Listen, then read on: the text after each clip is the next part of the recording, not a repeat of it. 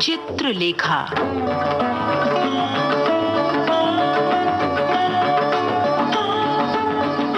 हिंदी के स्वनाम धन्य कथाकार भगवती चरण वर्मा का चमत्कार चित्रलेखा।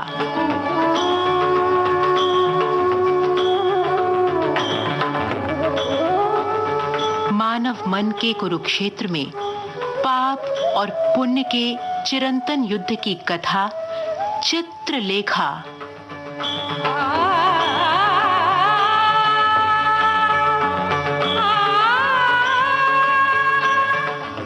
पिछली कड़ी में हम सम्राट चंद्रगुप्त के सभागार में थे और यहीं पाटलिपुत्र के सामंत समुदाय को हम चित्रलेखा के नृत्य की प्रतीक्षा में छोड़ आए थे। साक्षात लक्ष्मी रूप में सजी चित्रलेखा प्रांगण के बीचों बीच खड़ी थी और विमोहित समुदाय उसके अनिंद्य रूप को अपलक निहार रहा था।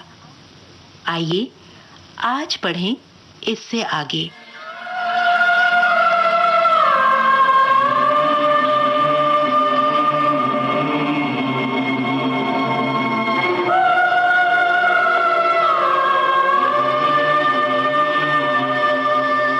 महाराज को अभिवादन करने के बाद चित्रलेखा ने उपस्थित सामंतों की ओर अपनी हंसती हुई दृष्टि डाली। प्रत्येक उपस्थित सामंत को उसकी दृष्टि कृतज्ञ करने के बाद बीजगुप्त पर रुक गई।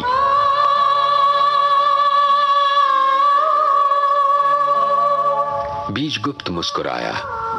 चित्रलेखा के मौन अभिवादन का मौन उत्तर मिल गया। चित्रलेखा ने अब विद्वान मंडली के सामने अपना मस्तक नमाया। जिस समय वो अपनी दृष्टि उस ओर से हटा रही थी, उसने कुमारगिरी को देखा, पर ध्यानावस्थित योगी उस समय किसी दूसरे संसार में था। निराश होकर चित्रलेखा ने उधर से आंखें हटा ली।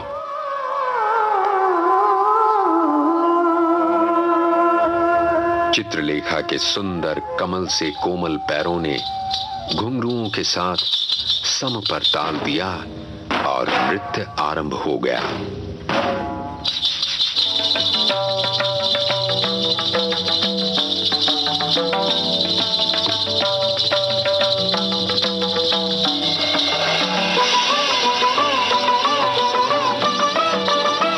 चित्रलेखा जिस स्थल पर जाती थी, विद्युत की भांति चमक उठती थी।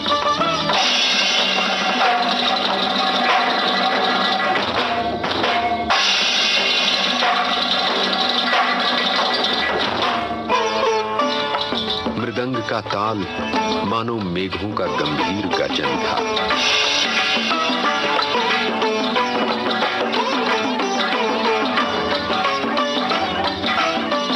चारों ओर गहरा सन्नाटा छाया हुआ था। प्रत्येक व्यक्ति मंत्रमुग्ध सा कला के सर्वोच्च प्रदर्शन को निरख रहा था।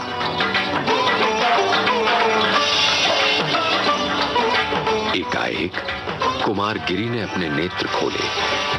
वे उठ खड़े हुए। मंत्री चाणक्य, मैं ईश्वर को जानता हूं और तुम्हें तथा सारी सभा को संतुष्ट करने के लिए इसी स्थल पर ईश्वर को दिखला भी सकता हूं। कुछ लोगों ने कुमारगिरी के ये वाक्य सुने और कुछ ने नहीं। चित्रलेखा ने भी योगी के वाक्य नहीं सुने। वो उस समय नृत्य में व्यस्त थी। महाराज चंद्रगुप्त ने चाणक्य की ओर एक अर्थपूर्ण दृष्टि डाली और चाणक्य ने सम्राट की ओर। चाणक्य ने उठकर कहा, सामंतगण तथा विद्वानों, योगी कुमारगिरी का दावा है कि वे ईश्वर को जानते हैं और इसी स्थल पर इसी समय सब लोगों को ईश्वर का दर्शन भी करा सकते हैं। महाराज सहमत हैं, अतः थोड़ी देर के लिए नृत्य को स्थगित कर देना ही उचित है। चित्रलेखा ने रुककर क्रोध भरे नेत्रों से चाणक्य की ओर देखा और उससे दुगुने क्रोध के साथ कुमारगिरी की ओर। इसके बाद वो चुपके से एक कोने में जाकर बैठ गई। चाणक्य ने उठकर कहा, योगी कुमारगिरी, हम सब ईश्वर को देखने के लिए प्रस्तुत हैं। कुमारगिरी ने अपना आसन छोड़ दिया। उनके उठने के साथ सभा मंडल में घोर निस्तब्धता छा गई। उठकर वे सभा मंडल के बीचों बीच खड़े हो गए। कुछ देर के लिए उन्होंने अपने नेत्र बंद कर लिए। इसके बाद उन्होंने कहा, उपस्थित पंडितों और सामंतों, मेरी ओर देखो। ये सत्य है।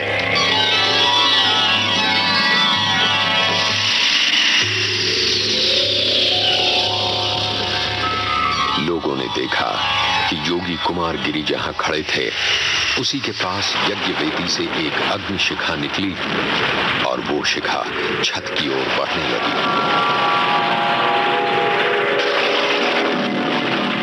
उस अग्नि शिखा का प्रकाश ग्रीष्म ऋतु के मध्याह्नकालीन सूर्य के प्रकाश से कहीं अधिक तीव्र था। छत पर पहुंचकर वो उसको भेद गई और आकाश की ओर बढ़ी।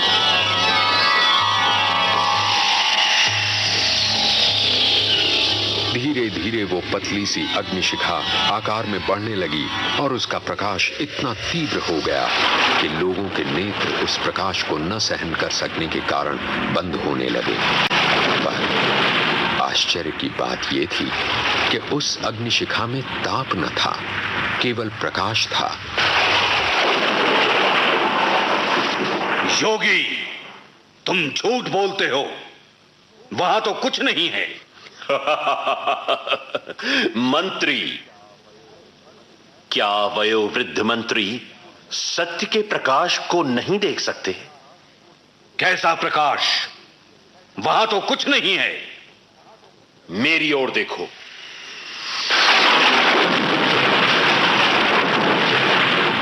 ये ईश्वर है।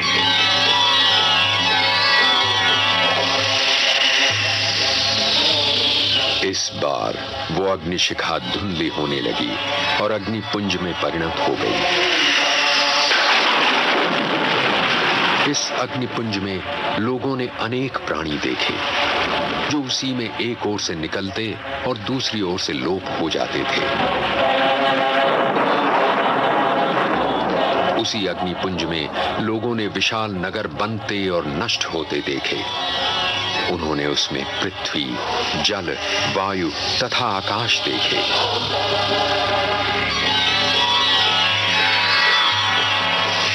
धीरे धीरे वो सब लोप हो गया और वही अग्निपुंज रह गया। मुझे कुछ नहीं दिखलाई देता। योगी, मैं फिर कहता हूं कि तुम झूठ बोलते हो। मैं ये कहूंगा कि तुम झूठ बोलते हो और मेरे इस कथन की साक्षी सारी सभा है। यहां पर उपस्थित सज्जन तुम्हें इसका उत्तर देंगे। लोग चिल्ला उठे, मंत्री झूठ बोलते हैं क्योंकि हमने सत्य और ईश्वर दोनों को देखा है। मर्माहत चाणक्य ने इस बार चंद्रगुप्त की ओर देखा। सम्राट ने भी कहा, मंत्री, कुमारगिरी झूठ नहीं बोलते। हमने सत्य और ईश्वर को देखा है। मेरी आंखों ने आज प्रथम बार मुझको धोखा दिया है। नवयुवक योगी, मैं हारा और तुम जीते।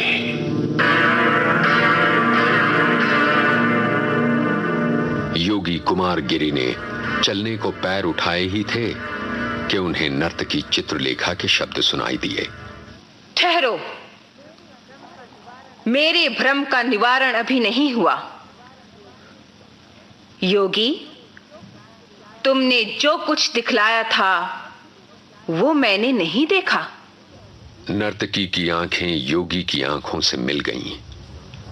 योगी की आंखों में विश्वास का तेज था और तपस्या का बल, और नर्तकी की आंखों में उल्लास की चमक और अविश्वास की आभा थी। मंत्री चाणक्य को सब लोग झूठा ठहरा सकते हैं, पर मैं नहीं। मैं तुमसे सत्य तथा ईश्वर की दुहाई देकर पूछती हूं कि क्या वास्तव में तुमने भी सत्य और ईश्वर के उस स्वरूप को देखा है जिसको तुमने सारी सभा को दिखलाया है? नहीं।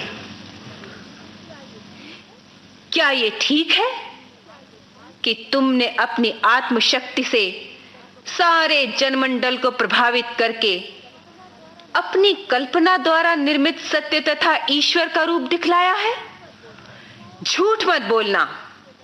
मैं सत्य तथा ईश्वर की दुहाई देकर तुमसे यह प्रश्न पूछ रही हूं। ठीक कहती हो। क्या यह भी ठीक है कि जिन लोगों की आत्मशक्ति इतनी प्रबल है कि वे तुम्हारी आत्मशक्ति से प्रभावित नहीं हो सके, उन लोगों को तुम अपनी कल्पना जनित चीजें नहीं दिखला सके? सच कहना कि फिर तुम यहां छाया की भांति क्यों चली आई हो? इस प्रकार यहां भी मुझे लज्जित करने में तुम्हारा क्या ध्येय है? मैं आई हूं अपने ऊपर विजय पाने वाले से दीक्षित होने के लिए। चित्रलेखा के अलसाए से नेत्रों में न जाने कहां की मदिरा थी।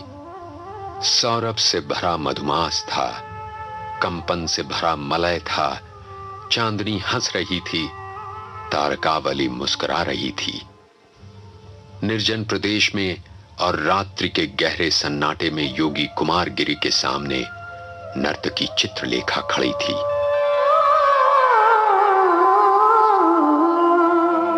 सुंदरी, मुझसे दीक्षित होने के अर्थ पर भी कभी तुमने विचार किया है? हाँ, एक बार नहीं, अनेक बार। नहीं, तुम मेरा प्रयोजन नहीं समझी। मेरी दीक्षा के अर्थ हैं संसार के समस्त भोग विलास तथा वासनाओं को सदा के लिए तिलांजलि दे देना। जिस अकर्मण्यता से तुम घृणा करती हो, उसी अकर्मण्यता को अपनाना। जिस शुष्क साधना की तुम हंसी उड़ाती हो, उसी शुष्क साधना में अपने कोमल शरीर को तपाना। चित्रलेखा मौन थी। वो ये सोच रही थी कि वो क्या उत्तर दे। नर्तकी होते हुए भी, दर्शन के विकृत सिद्धांतों की दासी होते हुए भी चित्रलेखा को झूठ बोलने का अभ्यास न था। उसकी आत्मा का उत्तर था नहीं। उसके हृदय की प्रेरणा थी हां। हृदय ने विजय पाई। उसने चित्रलेखा को जीवन का सबसे बड़ा झूठ बोलने को बाध्य किया। योगी, इन सब के लिए तैयार होकर आई हूं मैं। इसके लिए तैयार होकर आई हो? सुंदरी, तुम भूल कर रही हो। जो कुछ तुम करने के लिए प्रस्तुत हो वो बड़ा कठिन काम है। प्रत्येक व्यक्ति ये नहीं कर सकता। जानती हो, ममत्व का विस्मरण बड़ा दुस्साध्य कार्य है। तुम इसे न कर सकोगी। ठीक कहते हो योगी, ये कठिन अवश्य है पर असंभव नहीं है। योगी कुमार गिरी ने एक बार सिर से पैर तक चित्रलेखा को देखा। चित्रलेखा के वस्त्र शरीर पर वही थे जो वो नृत्य के समय पहने हुए थी। वही सौंदर्य और वही मादकता। चित्रलेखा की आंखों में आकर्षण था और उल्लास था। आज तक कुमार गिरी ने सौंदर्य की ओर ध्यान न दिया था। प्रेम और वासना का क्षेत्र उसके लिए न था। उस सौंदर्य से योगी के हृदय में एक हल्का सा कंपन हुआ। प्रथम बार योगी ने इस कंपन से युक्त सांसारिक सुख का अनुभव किया। वो सुख कितना विचित्र था। उसने कहा, सुंदरी चित्रलेखा, तुम्हें दीक्षा देना कहां तक उचित है, इस पर विचार करना होगा। मैं अभी कुछ नहीं कह सकता। अभी तुम कुछ नहीं कह सकते योगी? क्यों? क्या तुम्हें मुझ पर विश्वास नहीं, या तुम्हें अपने पर ही विश्वास नहीं है?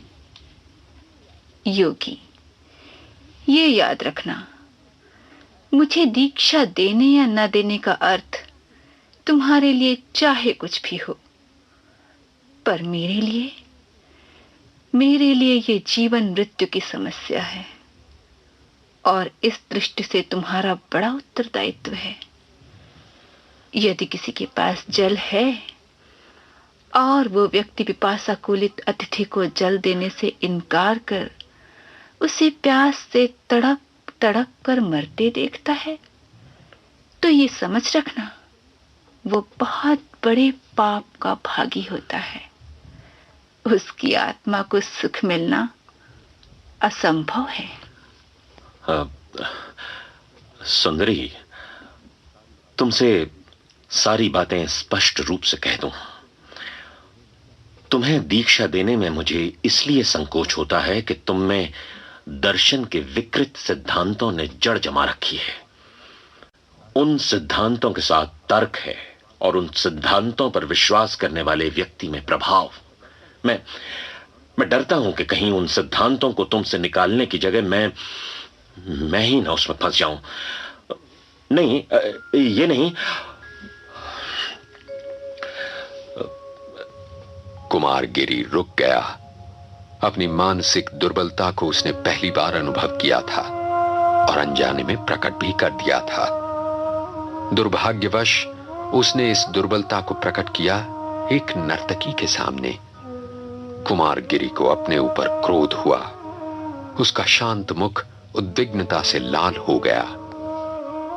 सुंदरी, मैंने जो कुछ कहा उसमें कोई प्रयोजन नहीं। अब तुमसे केवल इतनी प्रार्थना है कि तुम यहां से चली जाओ।